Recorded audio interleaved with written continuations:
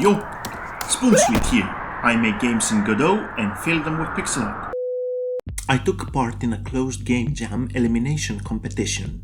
Jam and Away. Me and 3 more game developers will compete against one another through a series of rounds. 2 judges would rate our games. The loser would join the judges team and the remaining 3 would move on to the next round until only one remains. We would have a week to pull it off, spending a maximum of 24 hours coding. We were allowed to prepare with sprites and music without discounting towards our time. In the end, we would each create a devlog sharing our process. You can see this video in the description. I haven't seen it myself yet, so I wonder who will be eliminated. Here is my 4-minute devlog. If you've seen it, there are timestamps to skip the extra content in the end.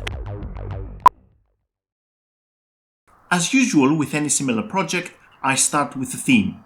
The famous quote from Zelda starting the hero's journey. But I didn't want to go with the obvious, here's a weapon, go face the world. I definitely wanted to reference the source, but I'd love to do it a bit more meta. I had a week to pull it off and lots of things happening IRL, so I took a few days to think. Plus, GoGodot Jam was also starting, and whenever possible I like to combine themes of jams, constraining myself even more, limiting my ideas till I know the way. I pondered on the words alone, lone wolf, or the opposite, if alone, in a pack. For take this, I wanted to focus on what could this be as literal as possible. A pack of something, a pack of wolves. I tried to imagine in what kind of world would such a thing exist, and Ice from Love, Death and Robots felt nicely fitting with the whole idea. The days kept rolling and I was still just pondering my orb, slowly formulating a plan and a style I wanted to achieve. GoGodot had energy source as its theme, and it fit perfectly with what I was aiming for. The pack of wolves would be a vessel containing creatures, so obviously Pokemon was an inspiration. A limited palette is always a favorite tool to use. Come watch my videos. So I used Sirens 01 that I was familiar with from a previous jam last year. On the design phase, I find it very important to set specific pillars, then try to explore around those what I can achieve on my specific skill level on the limited time that I have. Having my inspiration set, I decided to lean heavily on the parts that I love about these games. The most iconic is this pose for me. I spent some time placing pixel by pixel to get a sense of perspective and design choices the original artist might have made. I then tried to make my own character.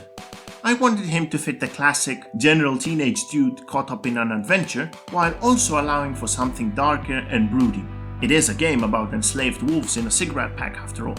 I implemented movement, tested gameplay, and it felt a bit slow. Also, Mrs. Sweet didn't like it, so I tried to have both a grid system for the crates and all-around free movement for the player. Drawing and animating the pack was great fun. I wanted it to stand out, but also to have some sort of interaction from the player, requiring him to do things, not just being a prop.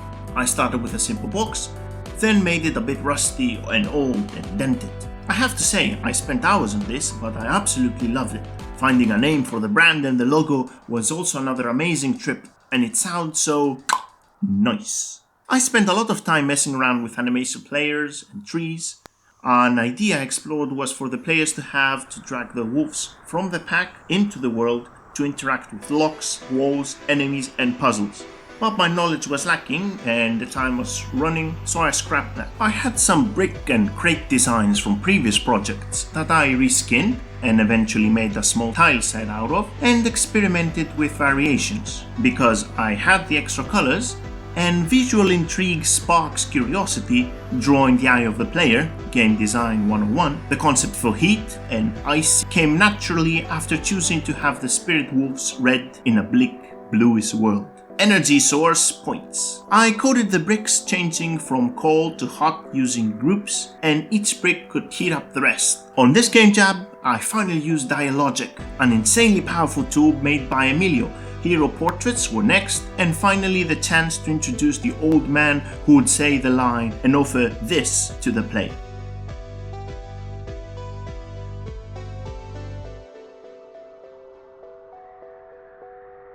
Extra.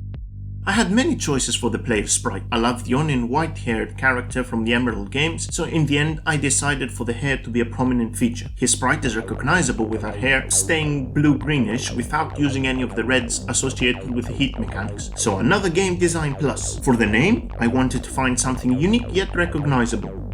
Post-mortem. After the submission, I got some pretty nice comments, and Ives was kind enough to play my game on his GoGodot stream.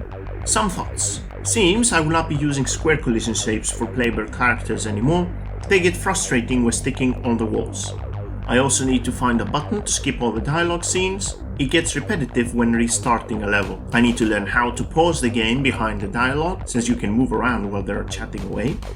Some people mentioned that they would prefer to push once and then keep pushing the crates immediately. I am against this. I want the player to feel the tediousness and impact of pushing the heavy crate one tile at a time. It is not a big inconvenience, and it also protects from accidental pushes down the line. While the heat mechanic was great, and I am to explore it more, I love the frozen pits. Anyone that I saw playing, me included, had this sense of danger. You cannot actually fall, but you can get trapped and might leave things behind. But the stress is there, combined with the necessity to make careful pushing choices, leading to a nice tone to an otherwise chill puzzle game. And that concludes the extended devlog. I had great fun.